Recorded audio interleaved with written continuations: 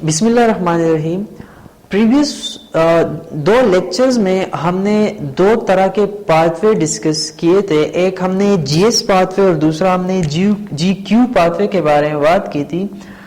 थोड़ी सी बात हम जी आई पाथवे के बारे में करते हैं, मतलब जो जी प्रोटीन इनहिबिटर होता है, जी आई पाथवे।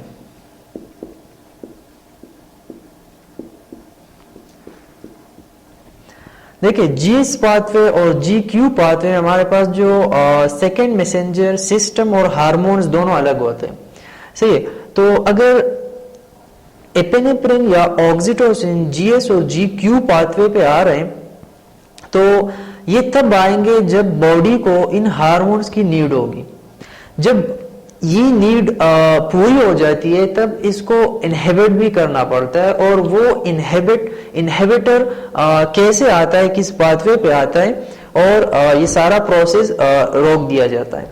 हमारे पास जो जीआई पाथवे है, देखिए जीएस पाथवे में जब हम डिस्कस कर रहे थे सेकेंड मैसेंजर सिस्टम में एडेनाइलेट साइक्लेज, हमारे पास जो सेल मेम्ब्रेन के सरफेस पे जो एंजाइम था, वहां पे क्या हो रहा था, वहां पे हमारे पास जो एटीपी थी, जो सेलुलर एनर्जी होती है, वो साइक्लिक एएमपी में कन्वर्ट हो रही थी। और फिर ये साइक्लिक एएमपी हमारे पास प्रोटीन काइनेजेस स्टिमुलेट कर रहे थे और इसी तरह फॉस्फोराइलेशन प्रोसेसेस स्टार्ट हो जाते थे।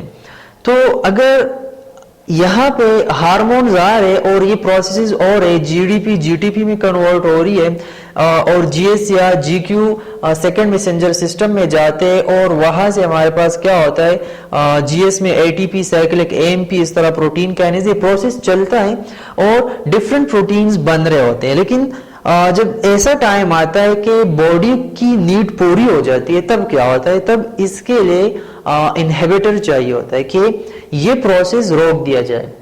तो यहाँ पे क्या होता है कि यहाँ पे हमारे पास एक एंजाइम आता है, जीएस पाथवे की बात कर रहे हैं। जीएस पाथवे में जब एटीपी साइक्लिक एएमपी में कन्वर्ट हो रही होती है तो हमारे पास एक एंजाइम आते हैं, उसे हम नाम देते हैं फॉस्फोडाइएस्ट्रेज। क्या नाम देते हैं? यहां हमारे पास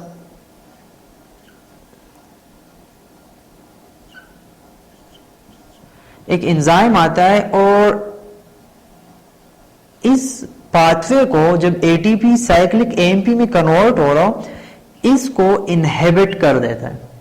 इसको हम नाम क्या देते हैं? फॉस्फोडाइएस्ट्रेज।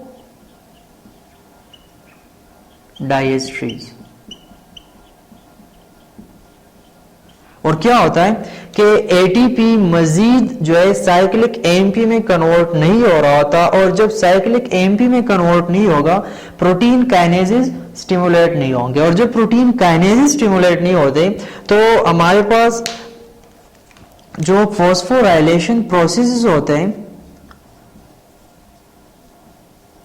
फॉस्फोराइलेशन प्रोसेस जो होते हैं वो नहीं होंगे। जब वो नहीं होंगे तो प्रोटीन्स नहीं बनेंगे, सोडियम पोटाशियम या ट्रांसक्रिप्शन जो भी वहां पे प्रोसेस हो रहे होते वो मजीद नहीं होंगे।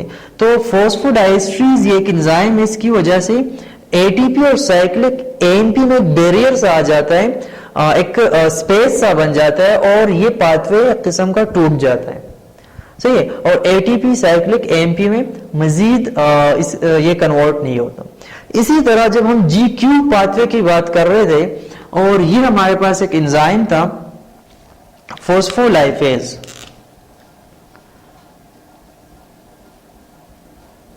फॉस्फोलाइपेज, और ये एंजाइम क्या कर रहा था कि यहां पे हमारे पास जो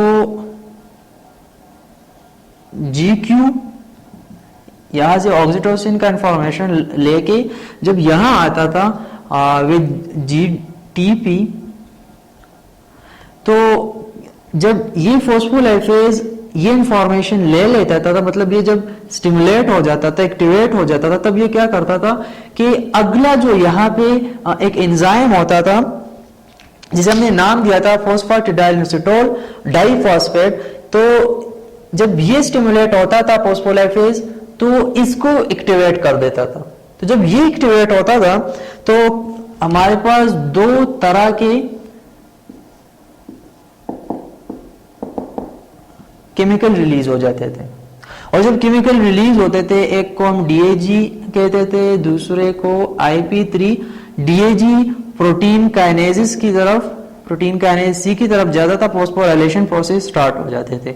इसी तरह जो IP3 था तो ये केमिकल एंडोप्लाज्मिक रेटिकुलम जो ऑर्गेनेल है साइटोप्लाज्म में वहां पे जाता था, और वहां पे हमारे पास कैल्शियम मॉलिक्यूल्स को रिलीज कर देता था, जिसकी वजह से हमारे पास प्रोटीन काइनेसिस स्टिमुलेट होते थे और फॉस्फोराइलेशन प्रोसेस स्टार्ट हो जाते थे।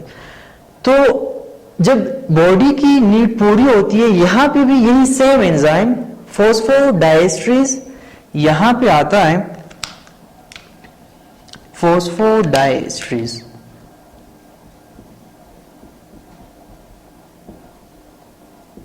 फॉस्फोडाइएस्ट्रेज जब ये एंजाइम आता है तो ये क्या करता है कि इस फॉस्फोलाइपेज को इनहिबिट कर देता है। तो जब ये इनहिबिट होता है तो हमारे पास जो फॉस्फेटिडाइल इनसिटोल एंजाइम था ये स्टिमुलेट नहीं होगा। अगर ये स्टिमुलेट नहीं होता तो ये केमिकल रिलीज नहीं होंगे डीएजी IP3। तो जब ये रिलीज नहीं होंगे तो डीएजी प्रोटीन काइनेस को स्टिमुलेट नहीं करेगा और फॉस्फोराइलेशन प्रोसेस नहीं होंगे।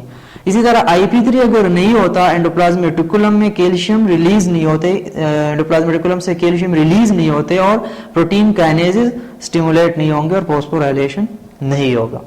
तो यही सेम एंजाइम, इसी तरह और भी बहुत से एंजाइम है, लेकिन फॉस्फोलाइपेज और जीएस पाथवे में एटीपी जब साइक्लिक एमपी में कन्वर्ट हो रहा होता है तो ये इसको इनहिबिट कर रहा होता है और यहाँ पे ये सारे प्रोसेस स्टॉप हो जाते हैं। इस तरह GQ पाथवे में भी यही सेम हो रहा होता है।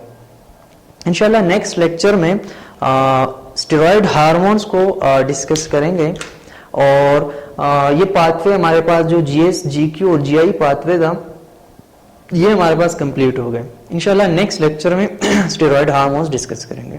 Thank you.